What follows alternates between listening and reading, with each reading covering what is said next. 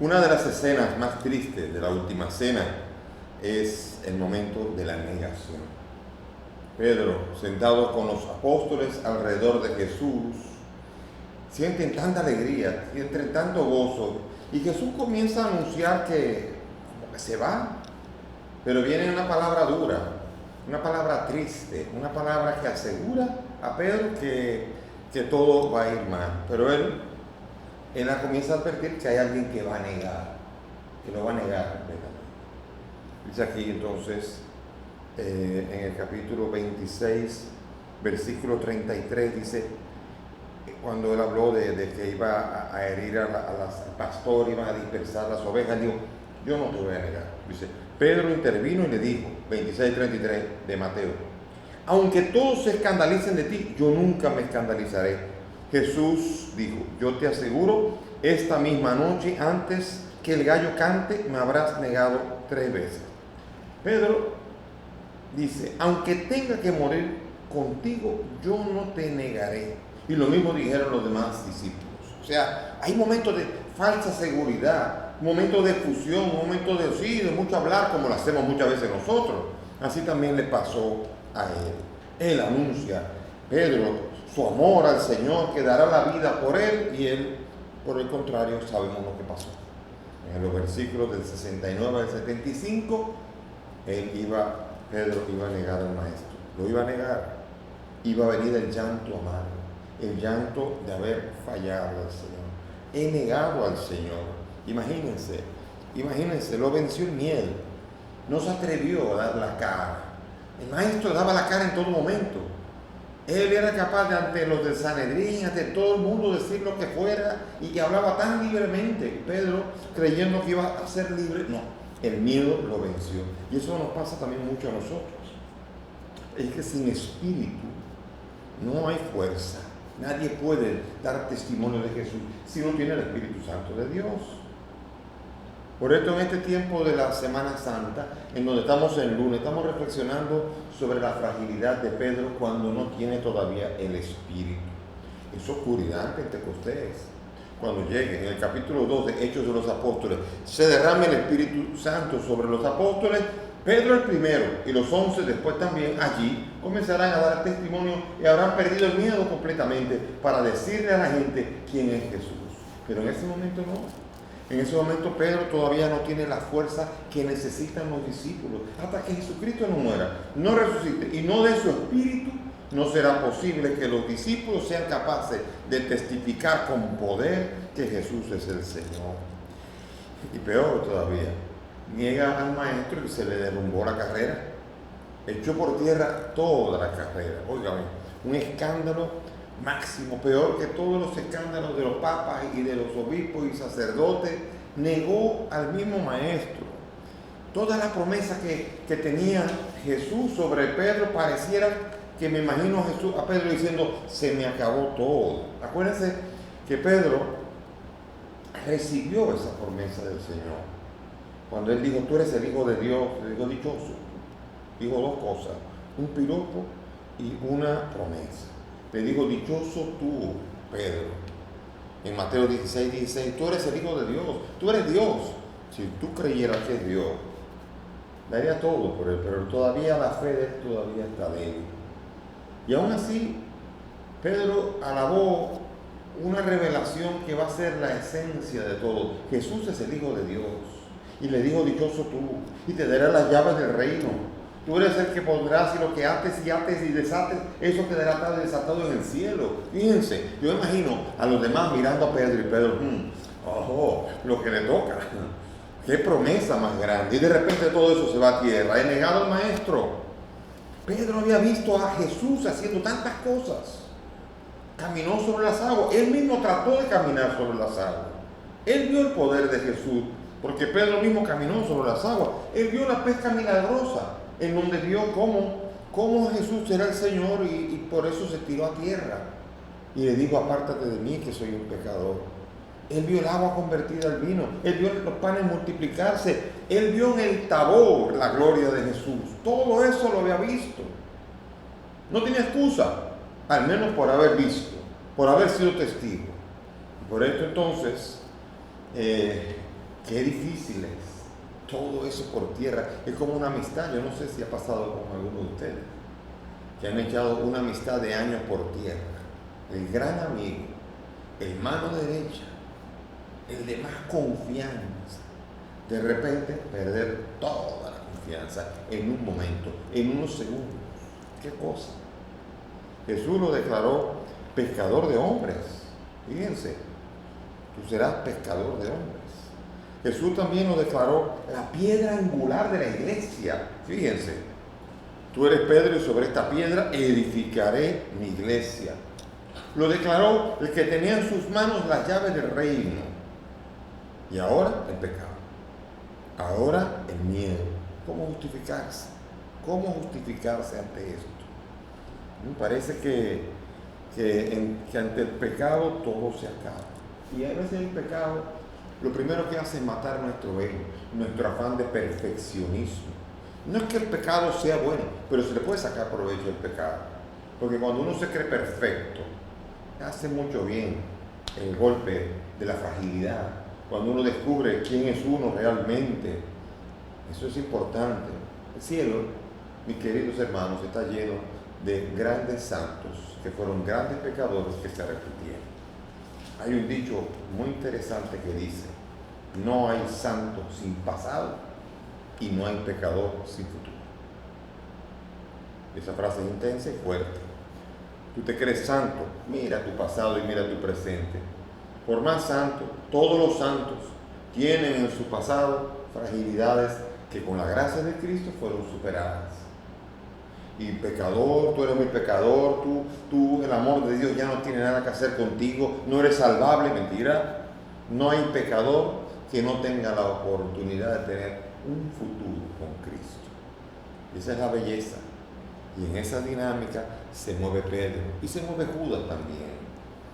El pecado es la gran ruina, peor que el coronavirus.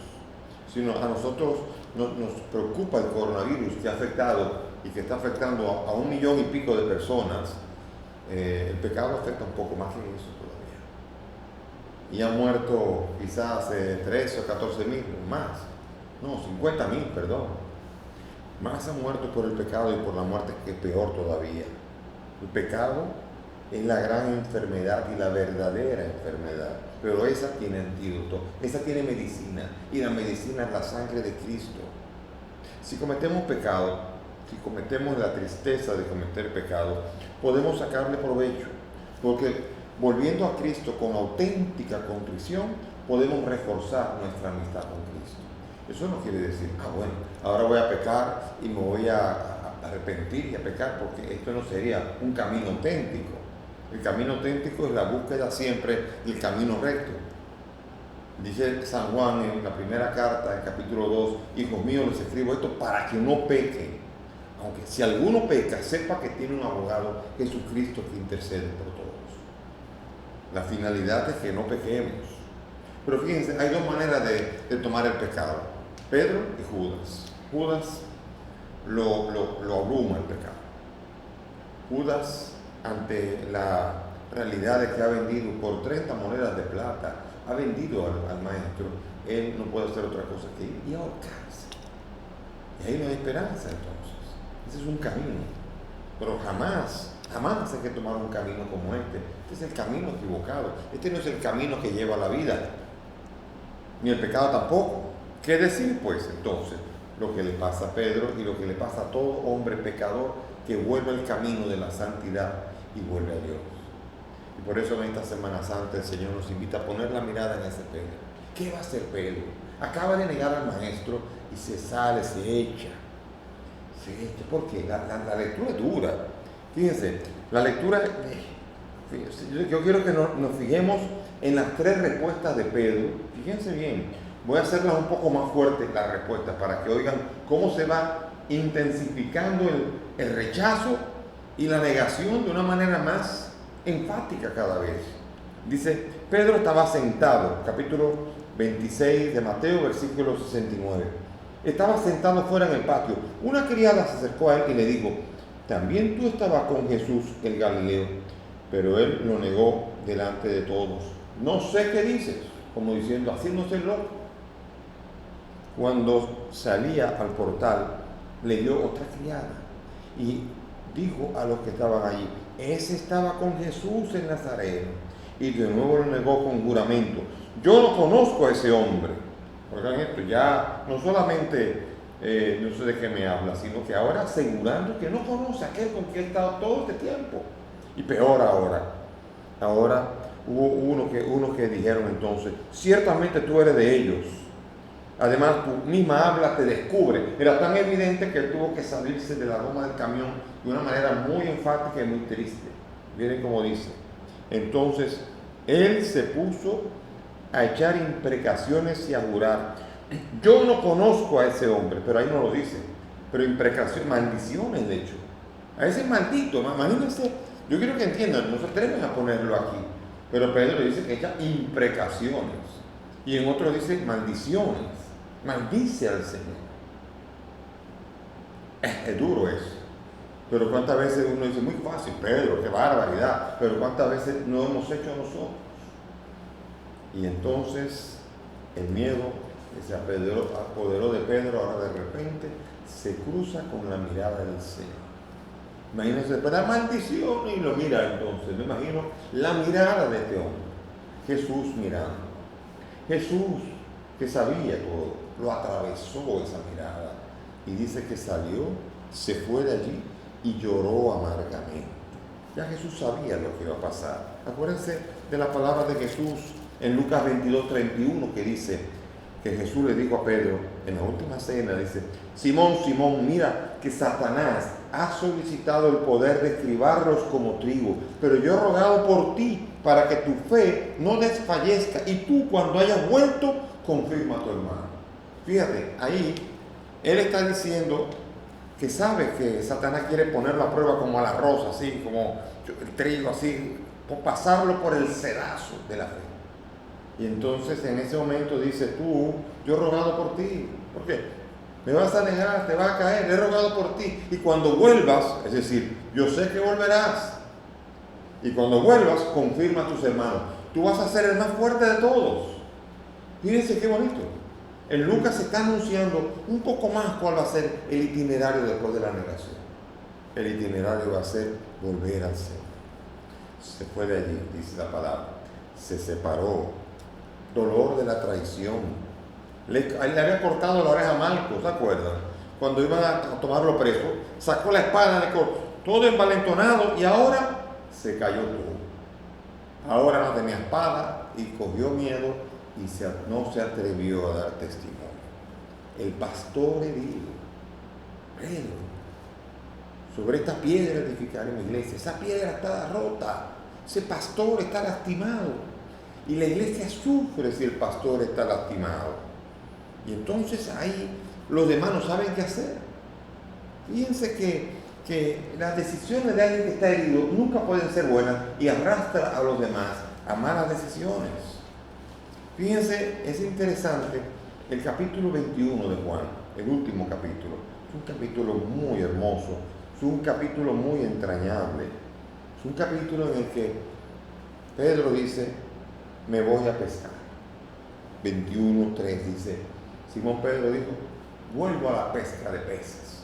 Él había sido sacado de la pesca de peces para ir a ser pescador de hombres, y ahora está negando eso para volver otra vez a lo de abandonar al Señor. Esa es la idea que tiene Pedro. Y los demás dijeron: vamos contigo. Fíjense cómo cuando alguien está herido, arrastra a los otros al dolor del alejamiento también. Y entonces ya saben la historia, ¿no? Qué bella. Jesús se le aparece, hay otra vez la pesca milagrosa, otra vez. Y ahora Pedro no lo reconoce todavía ese hombre, pero Juan sí. Y Pedro se tira porque esta pesca no puede ser otro que el Señor. Y cuando Pedro llega allá, la fogata seguramente le recordó la fogata donde él echó maldiciones contra Jesús. Un ambiente que le recuerda las fallas que él ha tenido. Pero allí Jesús va a tener un proceso muy lindo de invitarlo a tener 3 profesiones de fe que van a sanar las 3 negaciones que él va a tener. Muy lindo. pero las preguntas no se pueden perder el verbo exacto que usa. Pedro primero le dice, Pedro, ¿me amas? Amar y agapao y pileo son diferentes. Agapao es un amor de devoción. Yo me mato por ti, yo hago lo que sea por ti. Y pileo es de amigo. Ese es uno que tiene un afecto, tiene un gran afecto. Pero si lo matan, qué pena. O sea, ese es fileo, un amigo. Y entonces a Pedro le preguntan primero, ¿me amas? Uy, qué dolor. Pero fíjense la respuesta de Pedro. La respuesta de Pedro es sí te quiero. Pues casi la pregunta era, ¿con que me amas? ¿Con que va a dar la vida por mí? Y el otro, bueno, yo te quiero. Segunda vez, Pedro, ¿me amas? Él te quiere. Y Jesús le baja la vara. La tercera vez que pregunta, Jesús le pregunta, Pedro, ¿me quieres? Y lloró. Lloró Pedro que tuviera que bajarle la vara. Lloró Pedro el pobre amor que no le tenía al maestro. Y lloró porque dijo, tú sabes que te quiero, eso sí lo sabes tú, que te quiero. No es lo mismo. Acuérdense que dijo Jesús en la última cena, decía, nadie tiene más amor que el que tiene agapao por su amigo. O sea, que el que tiene devoción, que da la vida. Y Pedro ahí no podía. Pedro ahí no estaba capacitado. Entonces por esto, ustedes son mis amigos, le dice. Todavía no son esos que los aman. Porque el que me ama guardará mi mandamiento y guardará mi palabra. Y será mi testigo. Y lo matarán. Ese será el que ama al Señor. El que tiene el ágape del Señor. Vendrá un día, ese de Pentecostés. Y el Espíritu Santo despertará el ágape en los discípulos y en los cristianos. Y desde entonces perderán el miedo. Y serán capaces de amar a tanto a Cristo que no contemplar el perder su vida con tal de testificar a Cristo Jesús. Pedro, Juan, Santiago, Mateo, Pablo y así una playa de hombres que iban a amar tanto al Señor que iban a ser capaces de dar la vida por Él. Y aquí la última pregunta que te hago, mi hermano, es ahora, ¿tú quieres a Jesús o tú amas al Señor? Es una pregunta dura. Y no soy yo que te lo pregunta. Es el mismo maestro que te está diciendo, Juan, José, Luis, Manuela, Josefina, ¿me amas? ¿Darías tú la vida por Él? Pues la pregunta que está diciendo es, ¿serías capaz tú de que te mataran con tal de dar testimonio de Cristo? ¿Arriesgarías de verdad tu vida por amor a mí? Y Pedro dice, te quiero. Baja el tono porque el amor necesita una fuerza especial. Y ese amor vendrá después. Pasará la Semana Santa, pasarán 50 días y llegará ese poder de lo alto.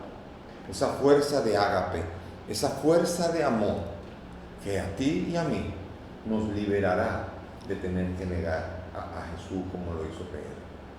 Pedro, el primero en la fe, sin espíritu fue capaz de decir, tú eres el Hijo de Dios. Por eso digo, dichoso, esa revelación no te lo ha revelado ni la carne ni la sangre, eso te lo ha revelado el Padre del cielo. Nadie puede entender que Jesús es el Señor si no es por alguien que le revela eso, el Espíritu Santo. Nadie puede llamar a Jesús Señor si no es movido por el Espíritu. 1 Corintios 12. Por eso entonces, hoy el Señor, en este tiempo y en estas 3 reflexiones de Semana Santa, lunes, martes y miércoles, estamos reflexionando la fragilidad de Pedro, que es la tuya y la mía. La incapacidad de Pedro de atreverse hasta dar la vida, y también la tuya y la mía, hasta que no venga el Espíritu Santo a Pedro, a ti y a mí. Por eso, hermano mío, te invito a fortalecerte en esta Semana Santa, a entrar en esa contemplación del amor que Él nos tiene, porque Él sí es ágape para con nosotros. Él da la vida y la daría 1 y 1000 veces por ti y por mí. Eso es amor, y de ese amor es que tenemos que nutrirnos durante esta Semana Santa para poder entender que así como nos amó, así tenemos nosotros que amar a nuestros hermanos. Es fuerte esto, es una invitación, pero no es imposible. Nunca será imposible con la gracia de Cristo que nos ayuda a ti y a mí a seguir a Cristo hasta el final de nuestros días. El Señor esté con ustedes.